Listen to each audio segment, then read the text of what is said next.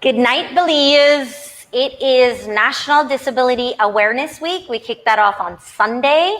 And so this whole week, we're going to be having events, hopefully to build some awareness, educate about various disabilities, and hopefully you guys can take part and show your acceptance of people who are slightly different. The theme for Disability Week is Not All Disabilities Are Visible. It's being, the week has been organized mainly by the Ministry of Education, Culture, Science and Technology, headed up by NARCI, the National Resource Center for Inclusive Education. But there have been a lot of organizations such as Autism Belize involved in the planning. BAPTA, Belize Brain Awareness Society, the Inspiration Center, National Council for Persons of Aging. And so this has been a collaborative effort for planning, for having all of these activities going on. I really hope that you guys are taking part, you're signing in. It's all been virtual because we're all trying to be safe and stay healthy. So I really hope you guys will take the advantage of this week and participate. It's not just for people with disabilities, but this is for Belize on a whole and anyone else who wants to tune in, so that we can all learn a little bit more about disabilities. So tonight is our featured guest speaker. I have been bouncing off the walls for weeks about this. If you've run into me online or WhatsApp, you know I've been super excited. We were able to get Dr. Stephen Shore. Dr. Stephen Shore is an autistic professor of special education at the College of Adelphi. He has written several books, including College for Students with Disabilities, Understanding Autism for Dummies, and Beyond the Wall. He currently serves on the board of Autism Speaks and was on the board of the Autism Society of America. In addition to all this, he's internationally renowned for his presentations, consultations, and writings on his lifespan issues, relationships, employment, advocacy, and disclosure. I listened to him speak about a month ago and I was just completely blown away, and I was like, okay, we have to have him speak. And when I found out, he's spoken at like 50 different countries, but not Belize. So yes, he's here to speak to Belize, and I'm very, very excited to have him. So I'm gonna let him come on the screen. I see people are signing in, and that makes me very happy. He's gonna be talking about the 4As of Autism as a pathway to a fulfilling and productive life. And I'm gonna let him take it away because he's the expert. So let's have him to screen there. Good night. All right, well, good evening, everyone. Thank you for joining us. Oh, it's a pleasure to be with you. Okay, I'm gonna get off the screen and let you take over because you're the pro. All right, yeah, I'm hearing a horrible echo, but maybe that will go away when you get off the screen. Okay, let's see. I'm going to... All right, well, it's great to be here with everyone, and I look forward to sharing my experiences on the autism spectrum and what we can do to promote fulfilling and productive lives. And in doing so, promoting fulfilling and productive lives as the rule rather than the exception. So let us begin. Let us unlock the doors to fulfilling and productive lives. While I'm talking about autistic individuals, we can also generalize this to people with other conditions. So let us begin by getting into the mind of the autistic individual with the game of what is the difference between the picture on the top and the picture on the bottom.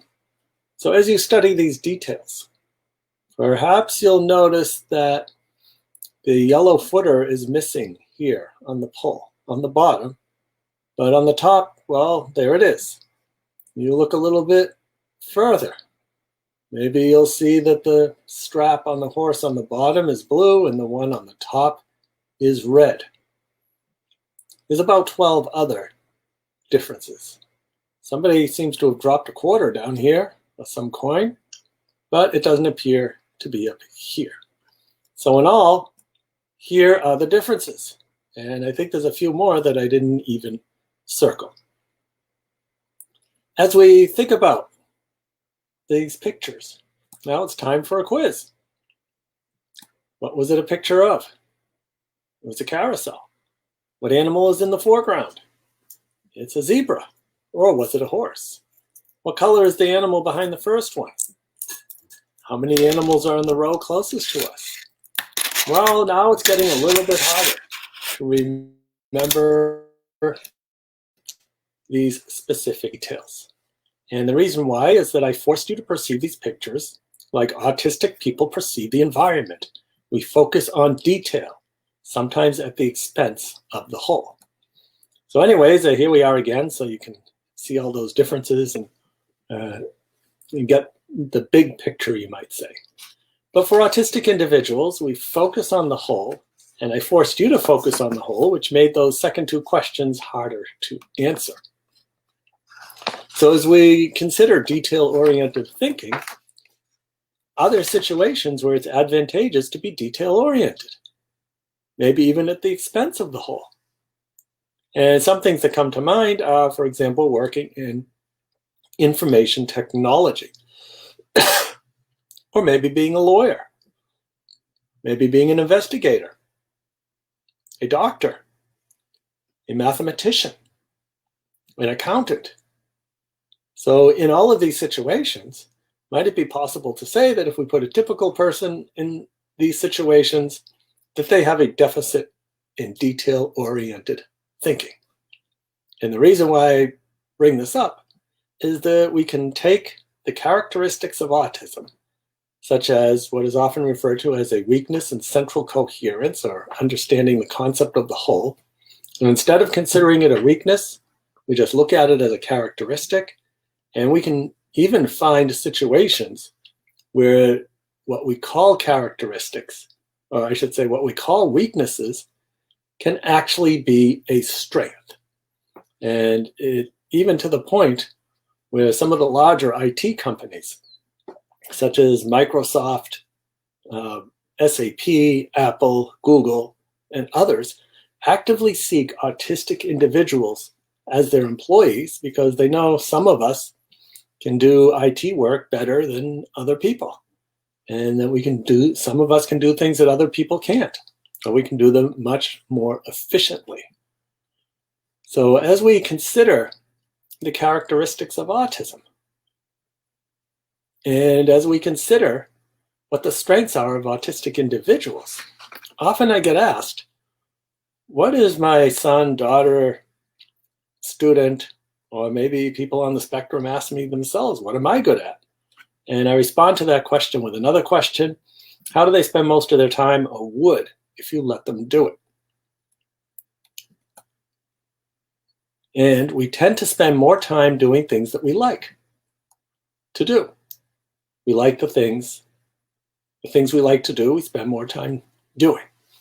And then we can start matching to perhaps vocational or avocational possibilities. So I'm interested in the abilities of autistic people. I want to know what is the interest. Things we're interested in, we tend to be good at. It requires us to reframe these characteristics instead of going with the standard definition, deficits in social communication, restricted interests, sensory issues, and so on. Let's just look at them as characteristics and find ways to work with them. What kind of mind does the person have? What is the processing style? Most of us are visually based, but the key word is most, not all. I know many autistic people who are so non-visually based, they can't even read a map, but they will have incredible skills in other areas. So I think the thing to keep in mind is that while we may be visual, and probably will be, it won't necessarily be, whatever type of processing style we have, it's probably going to be to some sort of extreme, and often at the expense of others. So for example, if you're a visual learner, you learn better by seeing, and maybe not so good by hearing. Your hearing is good enough to get you through school, get you through life, get you through work. But for the autistic individual, it may be that the auditory modality of learning and processing is so challenged that it's not even workable. And an example I have is a colleague and friend of mine who's a doctoral student at my university. It took me 3 years to convince her that she could do a doctoral degree. Well, finally, she got accepted to the university. She did her coursework. She got all A's, except in one subject. Quantitative research and statistics is not a math person. So again, we think about strengths and challenges. She has incredible strengths in terms of writing, presenting, processing data, doing research. But insofar as numbers, she's learned a long time ago not to carry a checkbook. She's a cash-only person. She has to see it, she has to feel it, then she can conceive it. And that's an example of an extremely widely varying skill set. Autistic people tend to be a study of extremes. And what that translates to is that the things we're good at, we're incredibly good at. The things we're not so good at, well, yeah, that can be quite a challenge. And again, looking at those characteristics and finding ways to work with those characteristics. It requires us to reconsider how we think about students with differences. So here you see a lot of descriptions and labels of children who are judged to have disabilities in school. You see them in reports. Teachers use these words. Parents read them in reports. Could we reframe how we think about these terms a little bit differently and in a more positive sense, like we see on the right? So maybe the learning disabled child is really just a learning different child. And if we can understand what those differences are in learning, then we can promote success in school. And that's what brings me to the 4As of autism. The first A of autism, which we've been at for the past generation or so, is awareness. Autism Speaks, the Autism Society of America, organizations, international organizations in other countries have gotten us good at being aware of autism when it's in our midst, whether it's at home, in school, in the community, at work, to the point where we recognize autism in 1 in 454 people. That's a lot of autism. And what I tell educators is that if you don't have an autistic child in your class, the numbers are going to catch up with you and you'll have one in the next class. And all of this awareness builds a solid foundation for the next step. So we know that somebody is on the autism spectrum. We know what the characteristics are, and we accept those characteristics. So what does that mean? Does it mean that, for example, a child doesn't want to do mathematics? So we just say, okay, that's one of his traits, characteristics, personality, whatever. We're not going to let him do it. We're not going to make him do math. No, we don't work it. That's not how it works. What acceptance means is that we accept, well, he may be challenged at math. He may not be interested in it. However, let's think about this individual holistically and see if we can find a way to get him to enjoy doing math. So we take an interest inventory, and we find that this child is fascinated with using a flight simulator on the computer.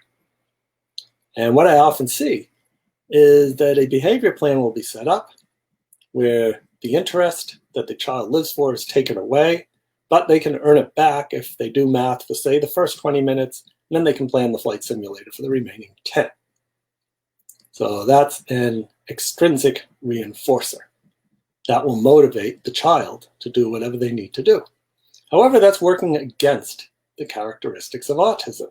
And with acceptance, we work with the characteristics. And in that way, let's find a way to use this favorite activity in which to teach mathematics. And there's plenty of mathematics involved in flying airplanes. So that's what acceptance is, working with the characteristics as opposed to against the characteristics. That brings us to the third level, which is appreciation. And this is where autistic people are valued for what we can contribute to society. And as I mentioned a little bit earlier, we have the software companies such as Microsoft, SAP, Google, Apple, and so on, actively seeking autistic individuals as their employees because they know that while there may be some challenges, and there's certainly challenges that come with autism, if they didn't exist, we wouldn't be here trying to figure it out. However, we all have to be aware of what the autistic person can do, as opposed to focusing on all the can'ts.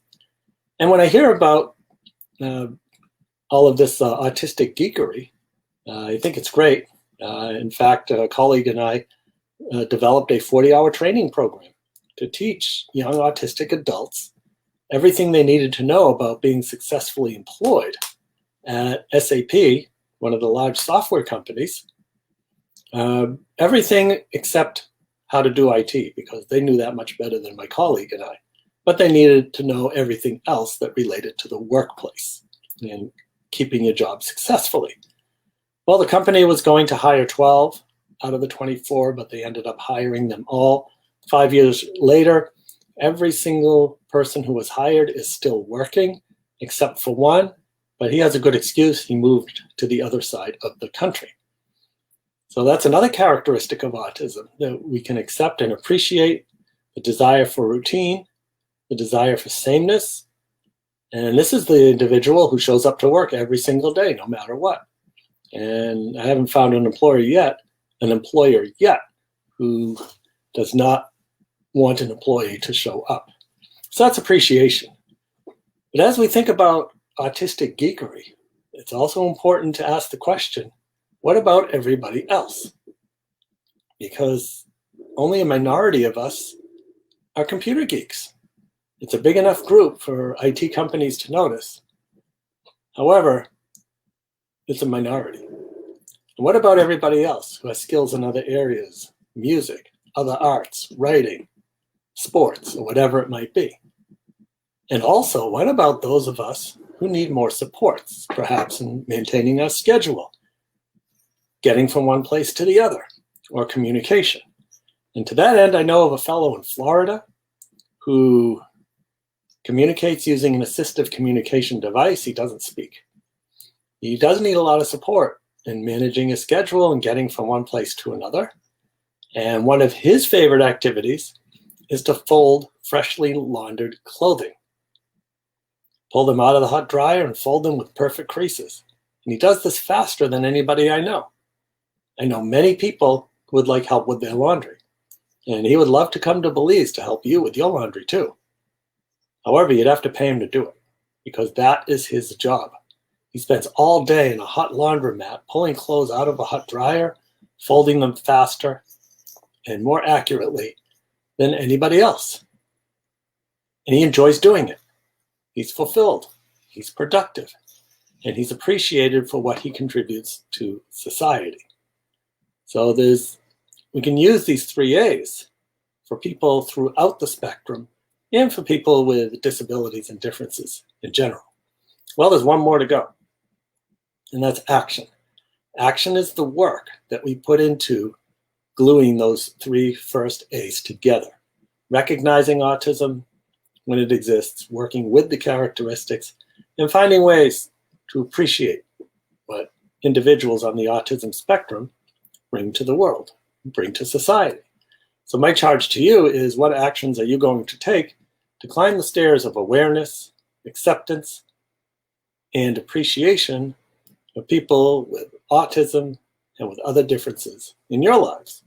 And if you are an autistic person, what are you going to do to maximize your strengths and abilities, while at the same time being aware of and working with the challenges so that you can access those strengths and abilities? So what brings me here to talk to autism to you? Taking it from the beginning, things were pretty typical at first. At 24 hours of age, my wife says I looked like an egg. And then at 18 months, the regressive autism bomb exploded, like what happens to about 30% of us on the spectrum. After 18 months of typical development, there was a loss of functional communication, meltdowns, and withdrawal from the environment. In brief, I became a pretty autistic little kid. And the questions: where does autism come from? What do we do about autism? Although now I see more people asking, what do we do with autism? However, there was so little known about autism in those days that it took my parents a whole year to find a place for diagnosis. And when they did, the doctor said they had never seen such a sick child, and the doctors recommended institutionalization.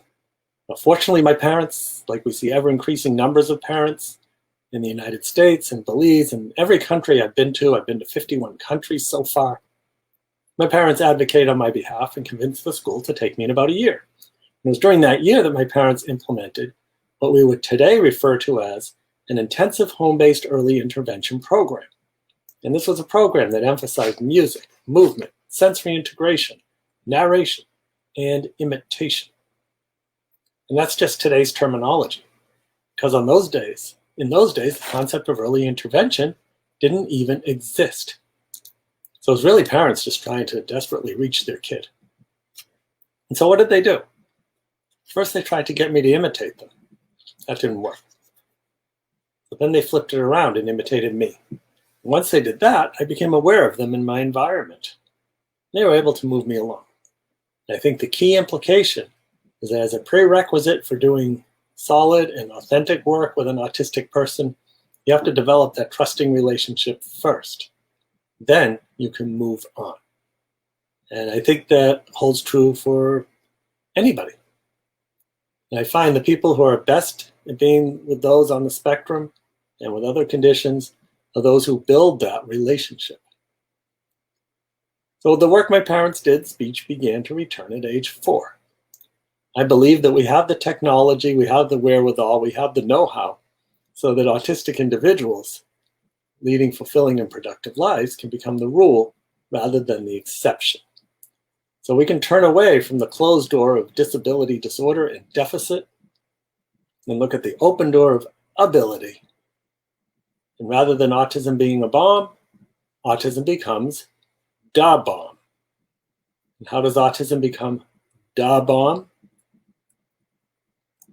Let's take an example of Robert, a young adult, someone who might have been diagnosed with autism spectrum disorder, needing supports at level 1, formerly known as Asperger's syndrome. So he talks a lot, actually, maybe a little bit too much. So if we think of these characteristics, not as deficits in communication, social interaction, and restricted interests, but just as differences, and consider what the employment implications are of those differences. So for those of us who speak well, our speech patterns tend to be detailed, factual, data-driven, truthful, repetitive. I think you get the idea. But then again, how many times have you asked someone to repeat directions when you're lost? What about social interaction? A brief greeting, a request for directions, and then the people say goodbye. So that works out pretty well too. Where does he get this information? His coworkers have to look it up in a reference. Whereas, because this is one of his passions or deep interests, which I think is better than calling it a restricted interest, he's memorized all the public transportation system information of Greater New York, and he can answer questions much faster than anybody else. So because Robert is autistic, because he has these characteristics, he outperforms his typical coworkers. And this is how we need to take a look at the characteristics of autism. Again, the incredible strengths and abilities. And yes, they are coupled with often significant challenges. So if we can provide accommodations and workarounds for those challenges, we have the possibility of that autistic individual becoming a regional, national, or international expert on a particular subject. So here I am at age 4. I said speech began to return, and I entered the school that initially rejected me. I got reevaluated. Instead of being considered as psychotic and ready for an institution, I got upgraded to neurotic. So things are looking up in the world. I also discovered watch motors. I was found by my parents at age 4, taking apart a watch with a sharp knife. I'd pop open the back, extract the motor, remove some of the gears, spin them around, put it all back together again, and the watch still worked and there weren't any pieces left over. So incredible fine motor control to take apart a watch. Instead of looking at the closed door of disability, disorder, and deficit, my parents considered, well, what can our kid do? And soon they provided all kinds of other devices to take apart and to put back together again. I bring this up because it's important to be thinking about what a child is doing, what are their abilities, what are their interests, and how can they translate to possibly a future area of study or possibly a job. So at this time, maybe it looked like that I could have been a watchmaker, a watch repairman. I would have needed a lot of support and communication and in living as an adult, but at least it was something that I could do. And that's why it's important to be thinking about this early. It's never too early. Doesn't mean that you've charted the person's entire life trajectory at age 4 or whenever you know when someone's been diagnosed, but you can start looking at the strengths, the abilities, and the interests. My parents made a big deal about this. They were building a sense of self-awareness, which is also important because that's critical for making good adult decisions. So building self-determination, self-awareness, knowing what it means to you to be autistic and what that brings in terms of strengths and challenges. So let's consider Arvind, the artist. He's a middle school student, limited speaking ability. He spends hours drawing shapes using crayons on big pieces of paper. From a very young age, anyone who tried to remove these drawing materials in hopes of getting him to engage with others, he would have a huge meltdown. Unable to achieve success in getting Arvind to join his classmates, Arvind's teachers now permit him to just while the day away with his crayons and his papers. So while he's in the same room as everybody else, with the regular students, he's not interacting with them. And I think the best we could do is call that geographical and not real inclusion. So what can we do to work with, not against? Not to take this drawing away, which didn't seem to work anyways, and then making Arvind earn it back, but to work with the drawing. So I was called into California to consult on this very person. I changed the names, of course, to maintain confidentiality. And there the child was drawing. I sat on the other side of the paper and I started drawing too. And he kind of gave me a look and then went back to his work. And I found that I could draw right up against his drawings and even color in spaces that he didn't color in. He didn't mind. I didn't know how much communication he had or what he understood, so I held up a crayon and asked him what color was it.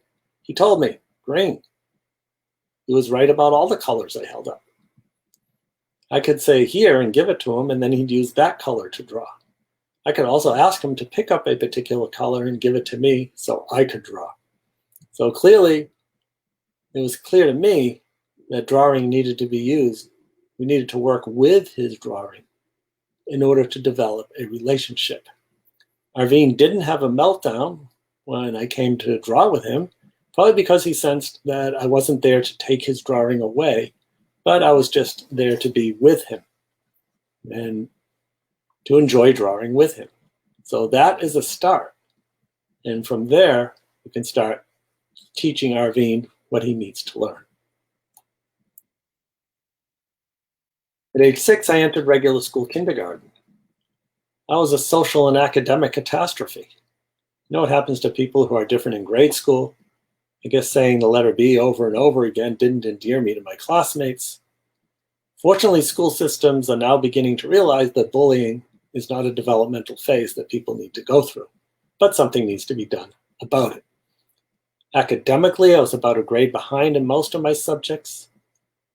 But I still liked school because I would spend most of my time going to the library, getting the books on my favorite subjects, reading them, taking notes, copying diagrams, putting them away, and getting books on something else.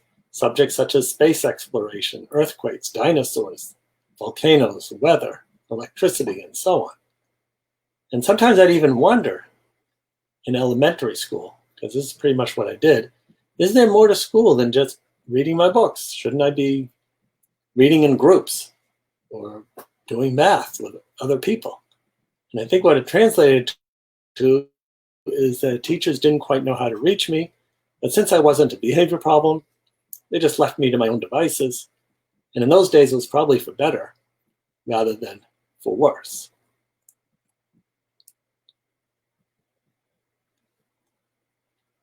As we talk about transition, and in the United States, transition is mandated at age 16. That's when we start thinking about how is the child going to spend their adult years, either employment or living situation and whatever else you do as an adult.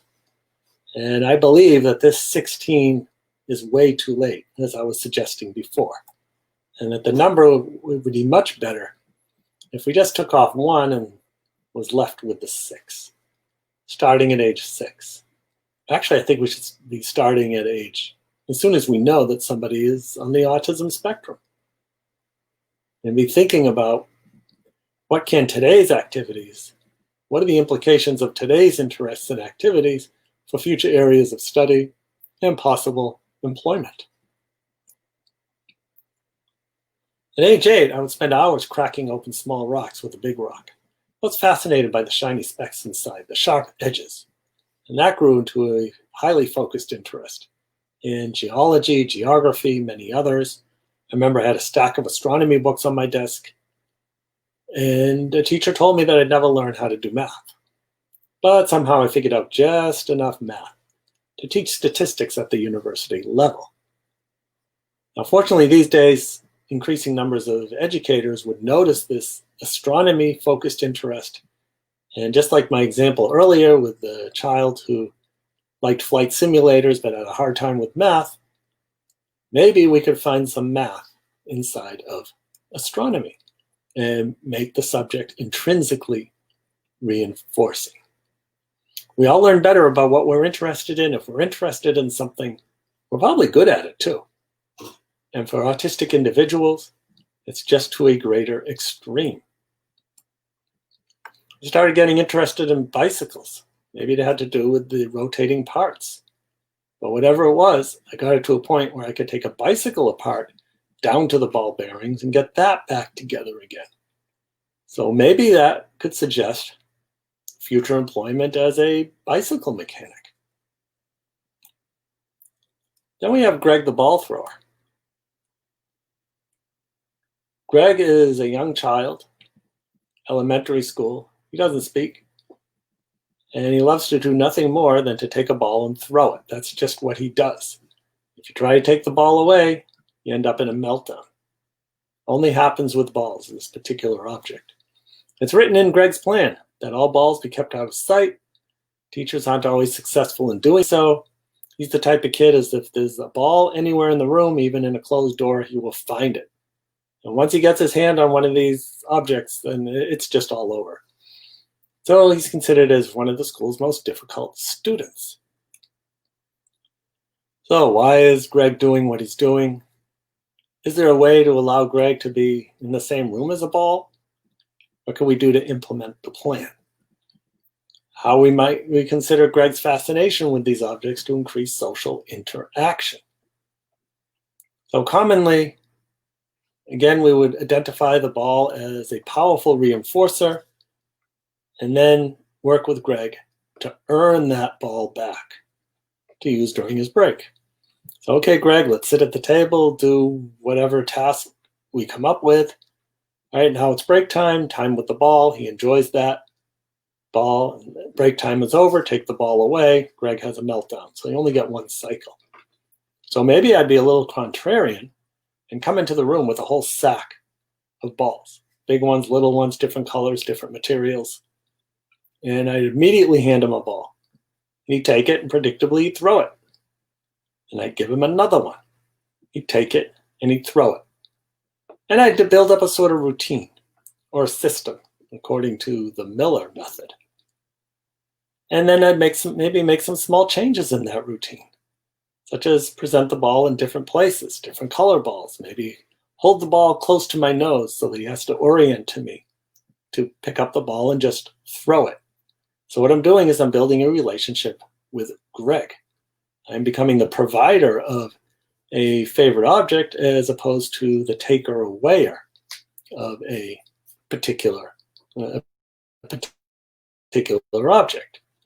Once we get that relationship going, let's use these balls to teach what he needs to be taught. Counting, identifying colors, categorizing, opening up a box, for example, and taking out 3 balls, going to another person to get a ball, bringing the ball to another person. And in that way, becoming a trusted provider of an interest and working with that, not against, but with, and teaching Greg what he needs to learn. Special interests. You may know of autistic people who get so fascinated with things that maybe it interferes with daily functioning. However, that's a deficit way of thinking about special interests. What if we reframe special interests as an interest of such great intensity that it provides powerful motivation for learning mathematics, for learning other curriculum, for exploring job opportunities, for socializing with others? So these are some of my special interests. They come and they go. Sometimes there's more than one of them at a time. And make sure you get them all because there will be a quiz at the end. Here I am at age 10. I was so concerned about the letter E because I heard you have to drop E before adding ing. Wasn't this E going to get hurt when it fell to the ground? I had a friend who said he felt like a pizza, he didn't look like one, he didn't smell like one, so there were some issues there. I remember a class being interrupted by an announcement the principal had lost his mother. Well, upon hearing that, that made me think of what my parents would tell me when I lost something. They'd tell me it was in the last place I left it, which I thought was a silly answer because if I knew that, I wouldn't be asking them. However, I thought if that was something my parents could tell me, probably thousands of times, maybe I could help the principal, who I really liked, and suggest that if he thought really hard as to where he last saw his mother, I never heard of anybody losing their mother anyways. You should always know where your mother is. And maybe he could find her. Well, that didn't go over well at all. What does it mean to lose one's mother? It means she passed away. It's an idiom. But even what does passed away mean? So you have to go through 2 idioms and finally get to the fact that she died. Simple as that. So if it looks like we're being rude, we're being disrespectful, if we're talking back, maybe we're just interpreting the situation very literally. That's another characteristic, literal interpretation of the environment and communication. And that may be because we have difficulty perceiving and decoding the nonverbal cues that inform us when someone's telling a joke, engaging in sarcasm, or using an idiom. Literal thought. Research suggests that the nonverbal component of communication may be as much as 93%, which means that we may only be getting as little as 7%, or just words. So we have no choice but to be literal. And that brings us to the concept of the hidden curriculum. All the unspoken rules, and there's lots of them. Where is the hidden curriculum? The hidden curriculum exists anytime you're with another person. And there are unspoken expectations. And we don't see these expectations written anywhere or discussed. They just exist. And so for example, in a classroom, it's expected students raise their hand and be recognized by a teacher before they talk. It's also assumed that when you're talking with another person, you take turns talking instead of monologuing about a particular subject. Most people figure this out on their own. But for autistic people, we may need direct instruction. You ask one of us to hold the door, and we'll be wondering why you want us to pick up the door. You tell one of us that you'll get to our question in a minute as a teacher or a parent, And guess who's counting the seconds? And if you're not there in 60 seconds, well, then that's going to be a problem. However, the good news is that we can learn the hidden curriculum. We just need direct instruction. And that way we can work around what is usually black and white thinking. But again, in using a strength-based approach to thinking about autism, is always the question, what are some situations where it's advantageous to engage in black and white thinking? Well, here I am at age 13. You don't need to be autistic to have difficulties in middle and high school. But for me, it was actually easier for two big reasons.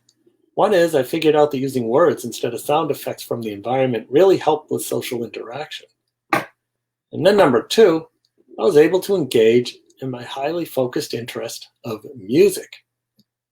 And that's one of the advantages of middle and high school, even though it can be a very difficult time, is that's where you start seeing courses, clubs, and activities based on particular interests. Well, I joined the band. Now I had a structured activity in which to mediate my interactions with others.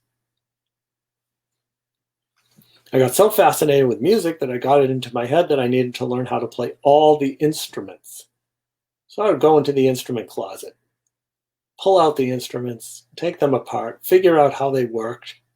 And while I didn't learn them all, I did get it up to about 15. And then when I heard that a requirement for a degree in music education at the college level was that you had to learn all the instruments, well, that just seemed to be the thing to do, and that's what I did when I got to college. I also like to give music lessons to autistic children, and there's many reasons. In addition to the therapeutic benefits of engaging in music, music is an interest that can be used to develop interactions with others, develop relationships, and get involved in the community as a musician. Also, music is just plain old fun. And then finally, I haven't figured out how to teach typical kids yet, so I just stick with the ones on the spectrum. They make a lot more sense to me. However, it's important to realize that music is a very sensory activity. There's a lot of noise, well, there can be. And I remember as a trombone player, I was seated in front of the trumpets in jazz band. And they were just too loud. And I complained to the director. Director really wouldn't do anything. There was so little known about autism and sensory issues those days. So I would skip jazz band rehearsal. And nobody knew why, even though I would tell them. So there's one thing that's important to keep in mind is that you're trying to determine why a person is doing something that they're doing. You need to understand the function of the behavior. Why is it happening? Why am I skipping jazz band? Do I not like the music? Do I not like the director?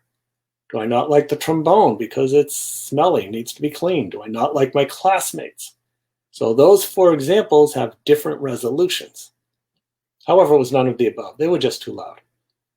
One day I marched into the band director's office with a set of alternate seating charts and demand that he make a change, but he wouldn't do it. But now, fortunately, I know a lot more about effective self-advocacy.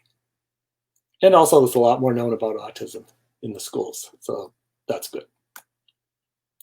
So playing an instrument, I'll show you this quick video that demonstrates what I do, or at least what I do with some children on the spectrum.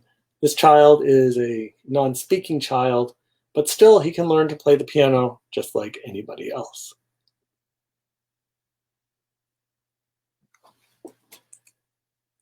Ethan, come over here.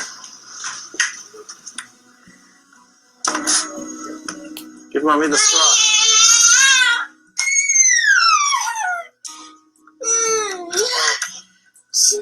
A, B, C, D, E. For autistic people who were diagnosed when autism was unknown, there was little support. Their parents, for the most part, were on their own. Take an A. Take an A from here. Ethan, A. We eventually get to a stage where, without talking about it, he's reading music. So So when we get to piano book number 1, he'll already know how to read it and understand it, and it will be friendly. I remember having piano lessons at age 6, and I think the best thing that I learned from these music lessons was how not to teach children on the autism spectrum how to play music.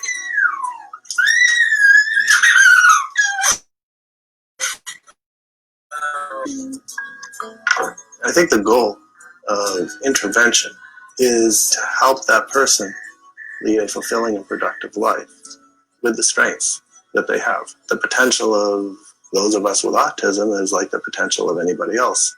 It's unlimited. So that's just one thing I do when I'm at home well, now I'm home a lot more often because of the pandemic, and giving music lessons to children on the spectrum. I find that just like people not on the spectrum, some of my students could be professional musicians if they so chose. Others work harder at it. Some of my students don't speak. Others talk too much, and everything in the middle.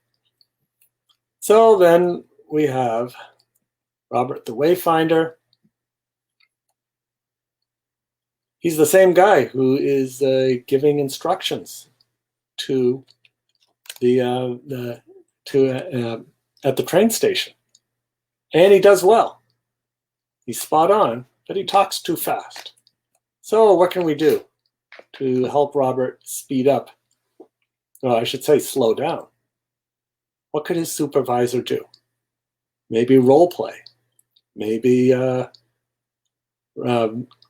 it down on a sticky note and have these sticky notes all around his station. He may need frequent reminders to talk at a slower speed, and maybe find someone who could talk really fast, faster than Robert could take down information, so that he has an idea of what a proper speed is to talk.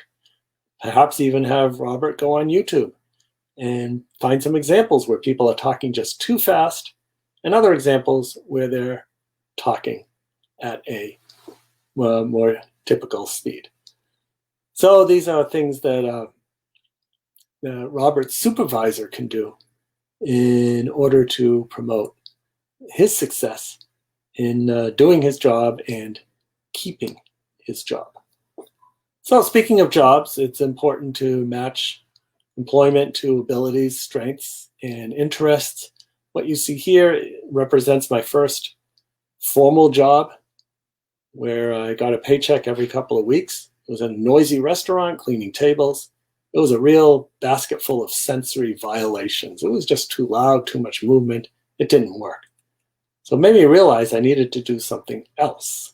And I thought about, well, what can I do? What do I like to do?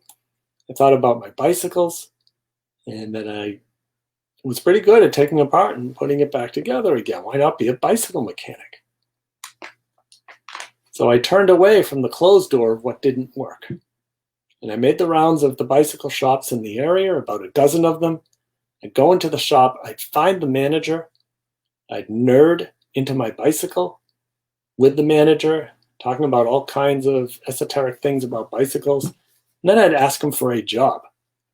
And it took 11 times, but on the 12th time, I did get a job as a bicycle mechanic. I could manage my own sensory input by staying in the back of the shop, fixing bicycles, or I could go to the front of the shop and perseverate on bicycles to people who walked in. Although I think the supervisor of the shop called that selling bicycles. So again, it's important to be aware of one's characteristics and abilities and to work with these characteristics. Fixing bicycles, and had my trajectory gone in a slightly different way and didn't involve as much college as it did, maybe I'd be still fixing bicycles and very happy doing that, or maybe even owning a bicycle shop. In college, I also fixed bicycles. I plastered the entire campus with these signs, and soon I had a dozen bicycles in my dorm room in various stages of repair. And it was a great way to spend a Saturday fixing bicycles for the whole day and coming out with maybe $200 at the end, having much more fun, much more enjoyable than working, say, doing a work-study job, being a security guard, or working in the dining commons. So when thinking about achieving employment success, again, it's a matter of characteristics, job attributes, and positions. And as we look at these characteristics, what can we do with that person? The person who doesn't speak much, but likes things to be in order. Maybe that person could work in a library to make sure all the books are in exactly the right place. Or perhaps stocking shelves, where there's a system set up where everything that comes in has a particular stock number, and each shelf and each place on a shelf has a sign with that stock number, and it's a matter of matching. And for those of us who like things to be in order, this can be a great job. Sensory stimulation. So we talked about folding clothes. That works in this case. So again, it's a matter of working with the characteristics. So on to college. I had more friends. The bullies were gone. If I wanted to ride my bicycle at midnight, I could find someone just as strange as I was to also ride at midnight. Dating occurs in college. That was a challenge. I remember my first encounter in undergraduate school. After spending a lot of time with this lady, she suddenly told me that she likes hugs and back rubs. And while I think that has a particular meaning, but for me, as one who thought literally, and as one who, with sensory issues, would be a deep pressure seeker, then I'd be happy to get back rubs all day. However, I think she had other ideas. And after a lot of conversation, I realized she wanted to be my girlfriend. Well, I wasn't interested, so we kind of split off from there. Because what I thought was, I've got this brand new friend. And she also doubles as a source of deep pressure, like a Temple Grandin squeeze machine. But alas, she wasn't. Well, what this did tell me is there was this whole area of communication that we call nonverbal, which then became my next special or highly focused interest. I'd spend hours reading books on body language, relationships, dating for dummies, and so on, building a lexicon of nonverbal communication. Well, now we're in graduate school. I'm spending a lot of time with this lady, initially reviewing each other's homeworks, and then doing things socially. Then one day at a beach like this, she gave me a hug, a kiss, and held my hand. And now I had the social story down. And it went like this. If a woman hugs you, kisses you, and holds your hand all at about the same time, it probably means they want to be your girlfriend.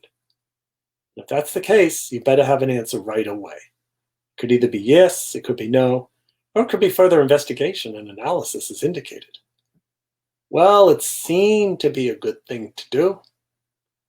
And now we've been married for over 30 years. And if you want to find out what life is like on her side of the spectrum, I encourage you to read her contributions to my autobiography, Beyond the Wall. And now as an adult, I spend a lot of time in a sheltered workshop for people with Asperger's syndrome, where we perseverate on subjects for months and years and entire lifetimes. We talk about them, whether people want to listen or not. Sometimes social interaction between community members could be improved. Some people refer to this place as a university. If you want to find undiagnosed people on the autism spectrum, just check out your professors. And when I am not at the university, teaching and researching mostly on autism, traveling to different countries, different country about once a month. Well, that was before the pandemic. I was traveling to a different country about once a month and had been to 51 countries. Not sure which country is going to become 52 when the pandemic lifts. Maybe it could be Belize. That would be great. Be great to visit you all in person. And when not traveling, I'm also writing books and articles on autism, and finally giving music lessons to children on the autism spectrum. So as we finish our time together today. My question to you is whether autism is a series of deficits, disorder, and disability, or is it a set of abilities? And what are you going to do to transform what is often considered a weakness or a challenge into a strength? So here's some typical autistic challenges. Everything has to be in exact order. Extreme routine, hypersensitive sound. And I know many examples where people have taken these very challenges and they've turned them on their heads and they've now become strengths and something that people seek and they contribute to the community. So as we turn away from closed doors to open doors, and we look at promoting success as the rule rather than the exception, what is success? And as I think about success for autistic individuals, I think that if we have someone who's productive and fulfilled with their life, and they're probably successful.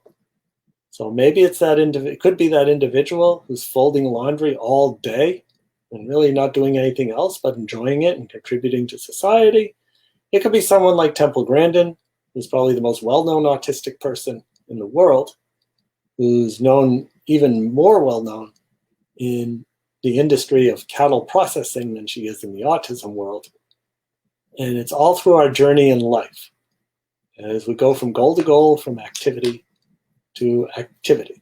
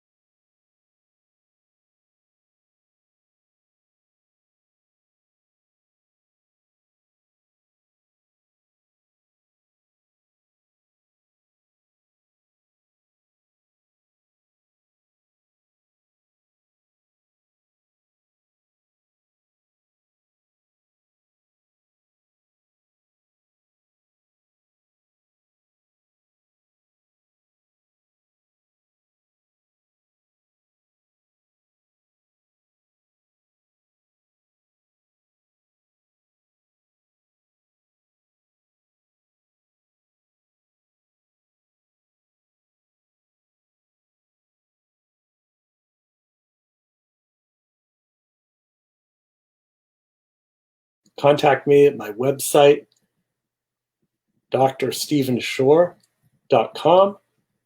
And if you forget that, then just look me up, Stephen Shore Autism, on Google, and the website will come up and you can contact me that way as well.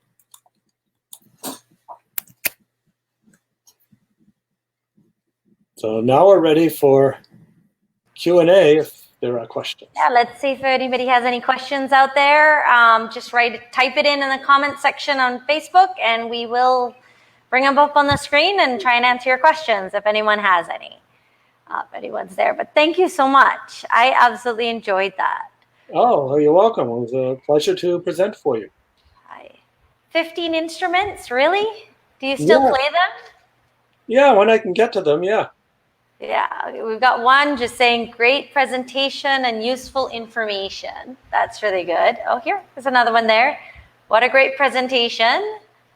Thank you. Any questions out there? I'm glad you guys like this, though. I did too. 15 instruments. Yeah, well, here's one of them. The flute there.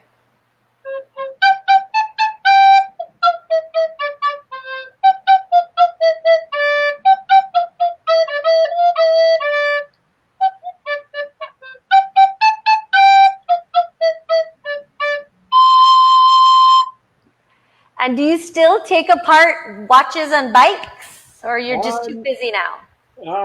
I'm too busy, but every now and then I come across a watch or a bicycle that needs to be taken apart and fixed, so I can still do it. So you still go back to some of your old interests? Oh, yeah. Yeah, okay, here we've got one here. In what area does a person who wants to work and research on autism need to specialize in? Well, usually people who want to work and research on autism will get a degree, one or more degrees in special education or possibly psychology. There we go. Another good presentation there. What's your favorite instrument? It depends on my mood, but the instruments that I'm most familiar with are trombone, piano, recorder, and trumpet, and maybe a few others. Okay, here we go. Thank you for your presentation, illuminating. How do you use music to reach children on the spectrum? Good one. Well, what I find is that whatever scrambles the speech centers of the brain tends to leave the musical ones intact. So often music by itself is just interesting to autistic individuals. So for example, I had one student with Asperger's syndrome, and he had a lot of ADD too. So I couldn't really talk to him. But if we sang our communications, then he would pay attention and he would engage. So everything that we had to communicate, we just sang it back and forth. Singing. Okay. Yeah. Excellent presentation. I learned so much. Anyone here enjoyed the presentation? Wonderful.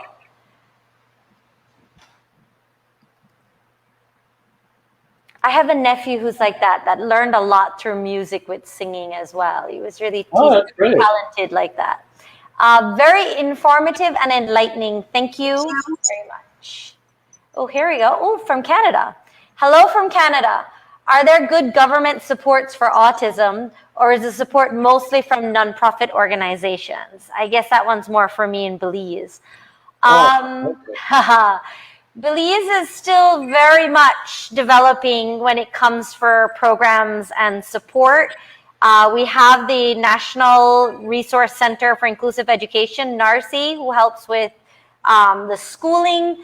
But as opposed for the wider area of things, whether it's from diagnosis to treatments, Belize does have a long way to go. I am cautiously optimistic that from the different health organizations that are coming together, especially with this week, and the talks that are taking part, that we recognize that we have a deficit and that we need to build capacity.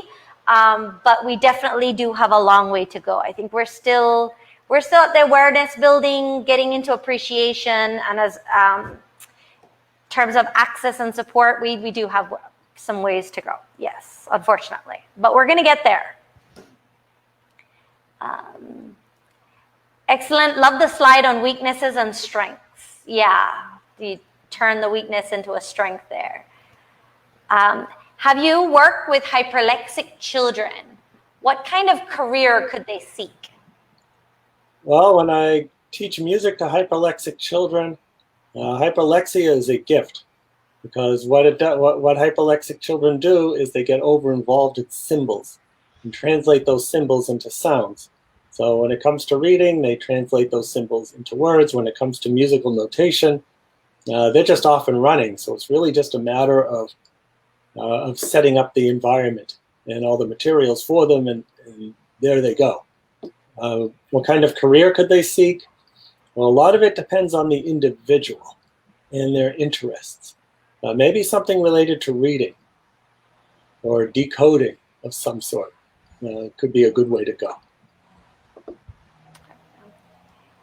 Encouraging presentation. I like this one. What would be your one advice to give autism parents? My advice to autism parents is that your autistic child has unlimited potential. And what our job is, educators, parents, and anybody else supporting individuals on the spectrum, is to find ways to unlock that potential. Sounds easier than I think it is. Yeah, it's a very easy thing to say. Unlocking their potential. It is inspiring, though, as an autism parent, to listen to you. It really sort of gives you hope that, especially I know a lot of our parents that are commenting here have younger kids, and I feel like this would have been very inspirational for so many of them.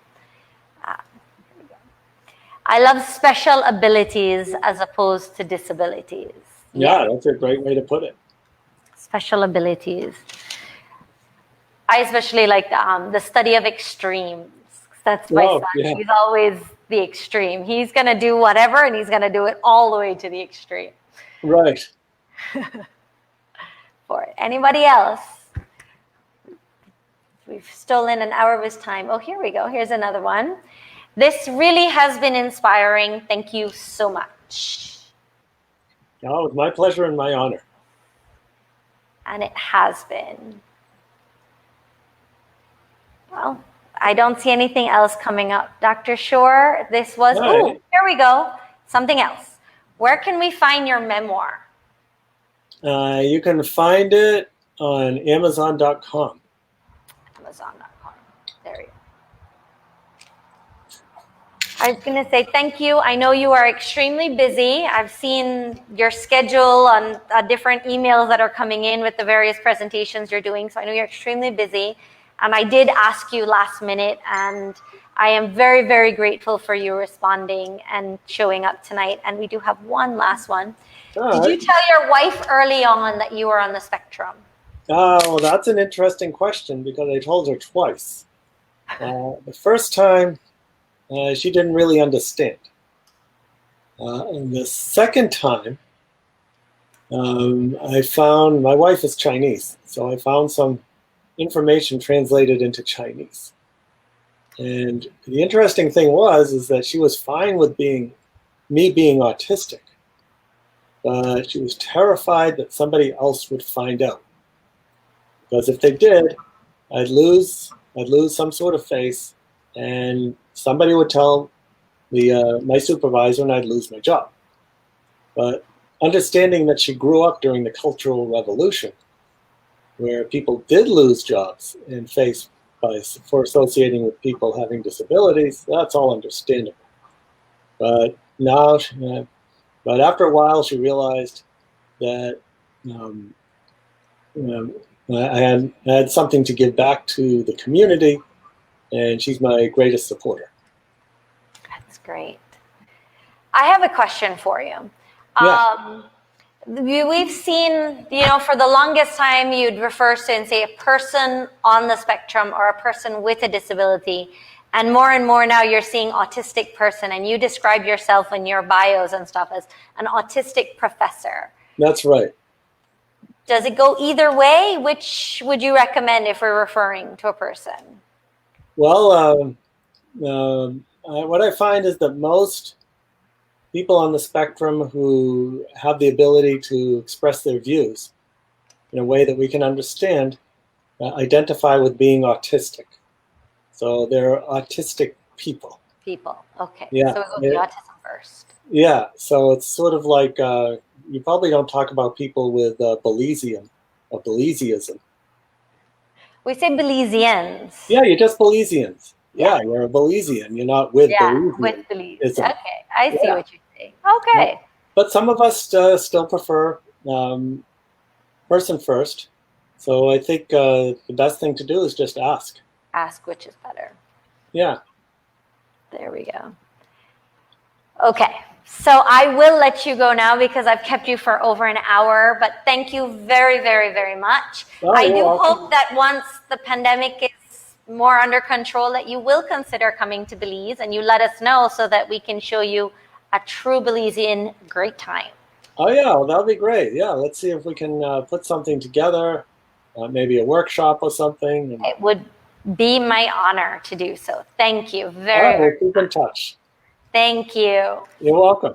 And for everyone who is still here, please remember we have activities for the rest of the week. Tomorrow we have our special needs yoga, the adult version, 7 o'clock tonight, right here tomorrow night on Autism Belize Facebook page. And then Thursday, we're having a panel discussion with some Belizean youths who are also on the spectrum, or autistic youths, who will talk about their experiences of growing up in Belize on the spectrum and going to school and how they find things. So it's going to be interesting to hear their perspective of things. So you can join us on Thursday evening right here as well. And also keep up with Inspiration Center's page, on the Ministry of Education's page, because they are posting a lot of things all this week. So you can keep learning and, you know, showing your acceptance for people who are slightly different than someone else. Okay, thank you guys very, very much for joining us. Thank you, Dr. Shore, and everyone have a good night. Thanks, and you too. Take care. Take care.